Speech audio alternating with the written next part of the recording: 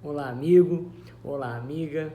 Eu, Marcos Vinícius Rosa, do canal 70 vezes 7 Espiritismo, venho hoje falar a vocês, trazer a mensagem da importância do culto no lar e como fazer o culto no lar. Você tem que escolher um dia, uma hora e ter disciplina para com essa data e esse horário escolhidos.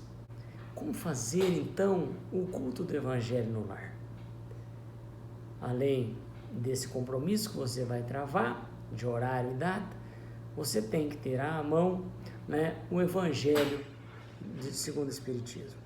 Ele é o bastião, ele é o mais importante aí desse culto no lar.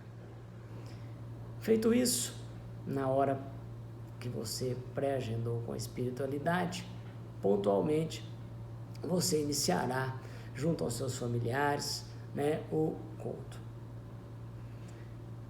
Atenção, muitas das vezes você que está começando aí o culto no lar vai se deparar com familiares que são renitentes, que não vão querer. Não cabe a você obrigá-los, As pessoas têm que querer, têm que estar de coração aberto, com fé, para fazer o culto no lar. Mas se você plantou aquela semente, se você inicia o culto na sua casa, independentemente das pessoas participarem, você será um exemplo. Portanto, se ninguém da sua casa quiser, pior ainda, se alguém te criticar por você querer fazer o culto no lar, não dê bola para isso. Faça, comece. Deus ajuda, a espiritualidade estará a seu favor. E muitas dessas pessoas renitentes, um belo dia participaram com você. De maneira que o culto no lar é uma obra de Deus e da espiritualidade que o ser humano, você, implantará na tua casa. Portanto, ao fazer o culto no lar, você tem um compromisso com a espiritualidade. Inicie então o culto no lar, rezando o Pai Nosso, dando boas-vindas aos desencarnados que ali necessitem de auxílio, aos espíritos superiores que lá estarão já antes, algum tempo antes do início do seu culto, para fazer uma limpeza na tua casa. Agradeça a presença deles. E aí você deve perguntar, mas espera aí, a espiritualidade superior vai estar lá para fazer uma limpeza lá na minha casa? Sim, fará. Eles farão uma redoma ao redor da sua casa e para fora dessa redoma vão ficar todos aqueles espíritos obsediadores, espíritos de vibrações ruins que nada estão contribuindo para a tua casa. Farão então essa redoma e ali dentro estará sua casa, sua família, para receber as mensagens e todo o magnetismo na água e todas as benesses dos espíritos superiores. Além dos espíritos superiores, ali dentro daquela redoma vão ter espíritos que já merecem, que têm o merecimento de ali estarem para aprender. Agradeça também aos encarnados ali presentes, aos familiares, que dispuseram de seu tempo, que dispuseram de seus afazeres para ali estarem. O início do culto no lar, ele tem que ser agradecido mesmo, porque são N situações que vão acontecer para te impedir de ali estar, a você e aos seus familiares. Por óbvio, os espíritos de baixa vibração que estão na tua casa não querem que faça uma redoma e os ponham para fora. Então eles vão dar todo um jeitinho, é o vizinho que chama, é aquele jogo de futebol naquele horário, é o vizinho que te chama para uma festa naquele horário. E você tem então que passar por todas essas situações para poder ali estar. Muitas das vezes o vizinho que bate na sua casa, ele está batendo na tua casa também, porque ele espiritualmente está sendo guiado para lá, porque ele está precisando de ouvir a palavra, o Evangelho. Chame-o para entrar, não se envergonhe. Ah, mas meu vizinho não gosta disso. Você já perguntou? Pergunte a ele. Olha, estou fazendo o culto no Evangelho no lar. Você gostaria de participar comigo? Bom, pior das hipóteses, vai falar, não, volto depois. Mas você não perde aquele seu horário e data predeterminados. E quanto mais pessoas estiverem com você, mais variáveis nesse sentido vão existir. Portanto, o agradecimento, né, a todos que ali estão, né, é fundamental. Iniciado o culto no lar, você agradece então a todos, agradece a semana pela qual você passou e chegou ali, e inicia a leitura do Evangelho. Leia o Evangelho e interprete com quem estiver contigo, tá? Então, passe para essas pessoas o seu modo de ver. Todas as vezes o seu modo de ver e de entender é diferente daquele outro que está do seu lado. E é válido a gente entender o que o outro entendeu também. Lembre-se que a espiritualidade está influindo diretamente naquele momento. E é um momento de diálogo. Não é um momento de travar conflitos intelectuais, mas um momento de aprendizado e de saber entender e ver a opinião do outro. Veja, cada qual tem sua maneira de ver, porque estão em padrões evolutivos diferentes. Não cabe a você alterar a maneira de ver do outro. Não estou dizendo, ali não é um momento para você travar brigas intelectuais de quem está certo e quem está errado. É um momento de ouvir o outro e entender a forma de interpretação dele. Isso é o momento de oração, de prece do culto no lar. Ok? Então, você lerá a sua parte, então logo você passa para o outro ente familiar ou o convidado que ali está, que também lerá. E é sempre um momento de muita reflexão que os Espíritos nos propõem. Observe, aprenda e, mais do que tudo, coloca na prática o que você estiver lendo. Não basta a gente se informar, a gente tem que praticar, colocar no seu dia a dia os ensinamentos que saíram para você naquela semana. Fundamental.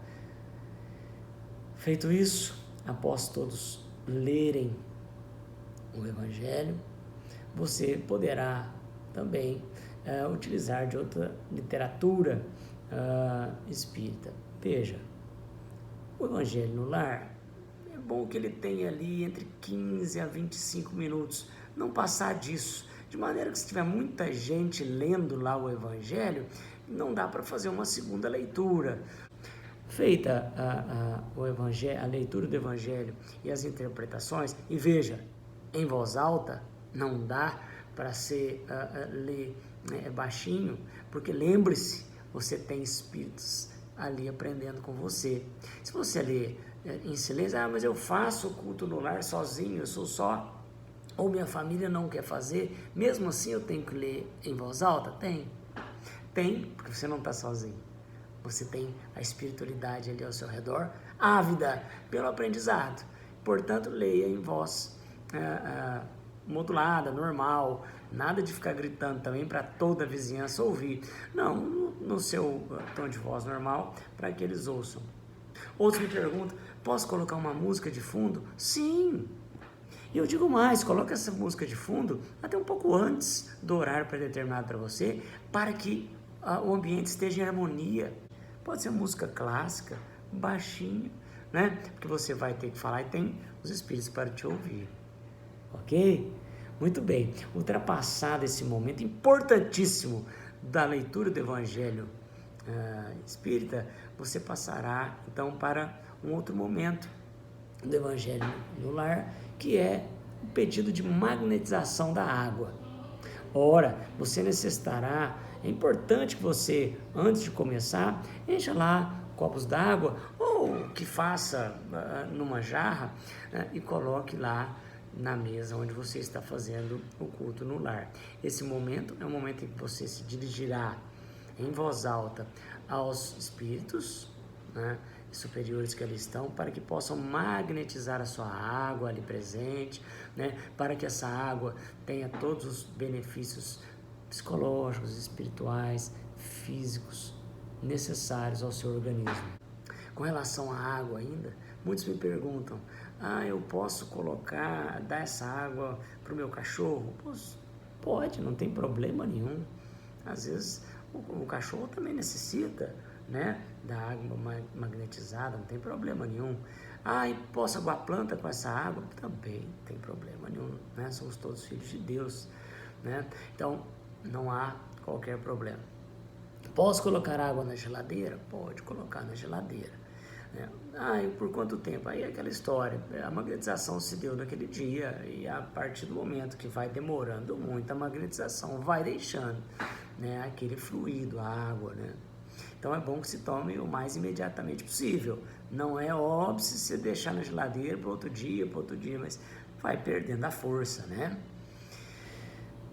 Só água, não posso colocar um refrigerante e tal. Não, o ideal é a água, porque a água é a substância natural mais importante para as nossas vidas e cuja magnetização se dará de maneira mais eficaz. Portanto, a água, tá?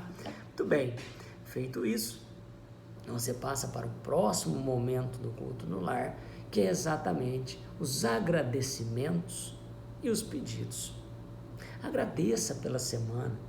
Agradeça a oportunidade de estar fazendo culto no lar com a sua família. Agradeça os benefícios que você teve na saúde, os benefícios que você teve na sua vida profissional, por você ter um teto, por você ter o que comer. Agradeça.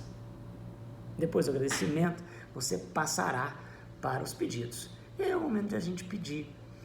Pedir, todos nós seres humanos temos nossas necessidades. É o momento de você pedir todos os seus anseios, a espiritualidade, né? A proteção, a saúde, aquela aspiração profissional. É o momento. Lembre-se que ao fazer o culto no lar, a sua casa é o farol da espiritualidade. Imagine um local muito escuro e essa sua casa é uma pontinha de luz para a espiritualidade. A sua casa é um farol. Imagine lá o mar, você no navio, daquela escuridão, de repente você vê um pontinho que é o farol. Você é o farol da espiritualidade. Tua casa é o farol da espiritualidade quando você faz o culto no lar. Olha que importante. Se você faz o culto no lar, toda a sua rua fica iluminada. Atrai bons espíritos. Se você faz no teu prédio, no teu edifício, todos os andares serão iluminados. Você é um farol. Portanto, é importantíssimo o culto no Evangelho do Lar. Não deixe de fazer. Se você ainda não começou, assista esse vídeo e inicie. Curta, dê o like aí e vai correndo fazer o culto no lar. Marque um bom horário para você e dê início. Você não se arrependerá. Faça o culto no lar, me diz aí nos comentários como foi na sua vida. Agradeço a todos pela atenção e esse canal voltará oportunamente com mais informações, com mais temas importantes do Espiritismo para a sua vida. Muito obrigado, fiquem com Deus.